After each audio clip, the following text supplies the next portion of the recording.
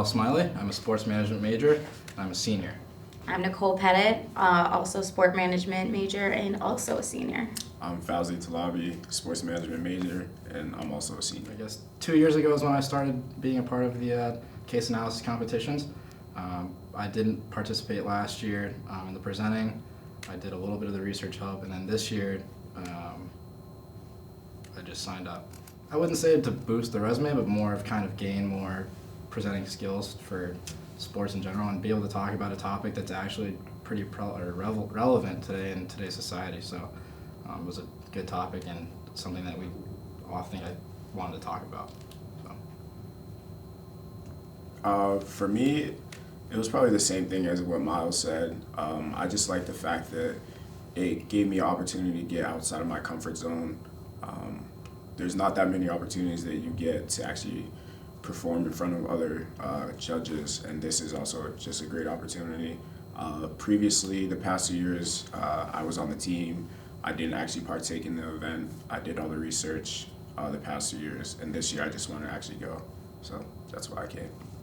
Yeah, I just started last year and came. Last year we actually won, which was awesome. But I think just kind of what Fauzi and Miles said, it's good to talk about something that's happening and using sport as a vehicle, as well as doing something pushing you outside your comfort zone and gaining that experience and that exposure. I just think anything, outside of the classroom is always valuable. The route we took was looking at how sports has provided an avenue for gay athletes to come out and be accepted in the field and in their various sports. We wanted to take a different approach, and it's something that's happening more and more, and kind of seeing how men's sport has evolved in being more welcoming of gay and LGBT, and how we can shift that narrative. But as more and more teammates and the just teams and sports are accepting of it, and I think it's just more so culture of the sports culture is becoming more accepting of it. They feel comfortable enough to actually be themselves, and that's important because everyone else can be themselves, but if they have to hide behind a curtain per se of who they really are, that is a problem, and that's not a healthy environment for them. My name is Anthony Giannini. I go to Nichols College and I'm a freshman, and my major is sports management. I'm Anthony Rohde. I'm a senior at Nichols College and I'm a sport management major. I'm Ethan Godfrey. I'm also a senior as well, and I am a sport management major. I've been very fortunate to be part of this team for 3 years now, placing first and second, and fourth and second nationally as well. And it's just a very great way to get out there in the sport management world to have your voices heard.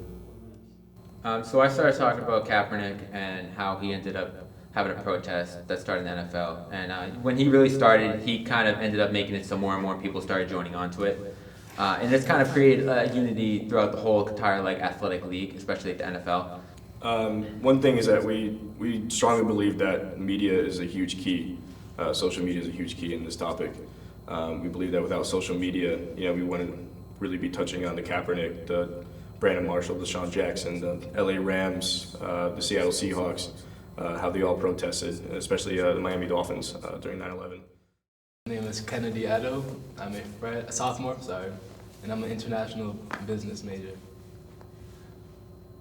My name is John Mullen. I'm a sophomore as well. I'm criminal justice and with a minor of accounting. My name is Richard Vasquez. I'm a sophomore and I'm currently undeclared.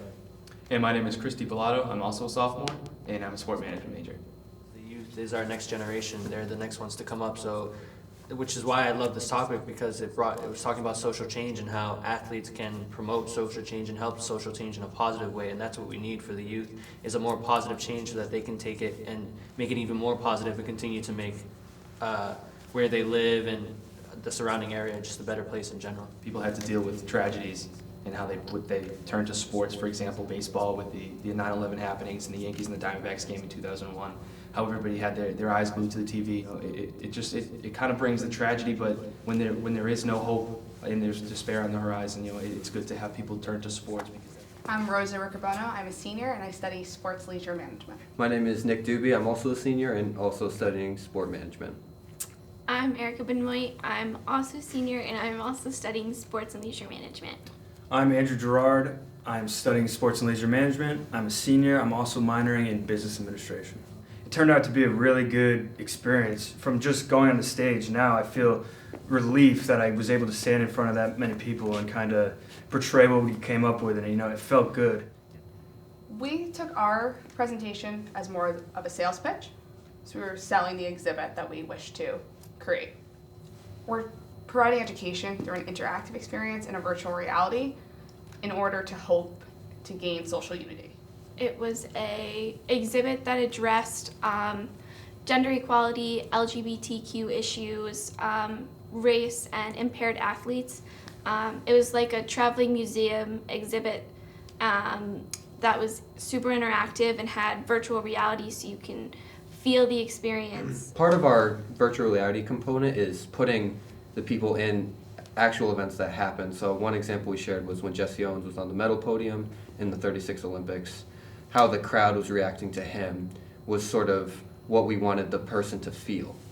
And also, along with the virtual reality component, we have a bunch of bios, educational videos, other info pieces throughout the exhibit that people can hopefully learn from and see these important figures in sport and how they've helped transform society in one way or another. So I'm Vincent Crivello. I'm a freshman and I'm studying in the sports management program. I'm Kelly Ferreira. I am a sophomore. I am a double major in psychology and sports management. My name is Ben Campbell. I'm a sophomore. I'm a marketing major with a sport management minor. I'm Ian Spencer. I'm a sophomore and I'm a marketing major. So we're all athletes. I'm on the women's team, ice hockey team, and they're on the men's. So obviously I work with the girls, they work with the boys. So it's kind of different to work with them inside a classroom and on such an important project and see how we all came together. And I thought we did pretty well on it. And also I think we can all say that we just have a lot of respect for Coach Sam and the fact that he even asked us. I think we were all pretty honored to be. Sports are so involved in the media and involved and entrenched in the American lifestyle.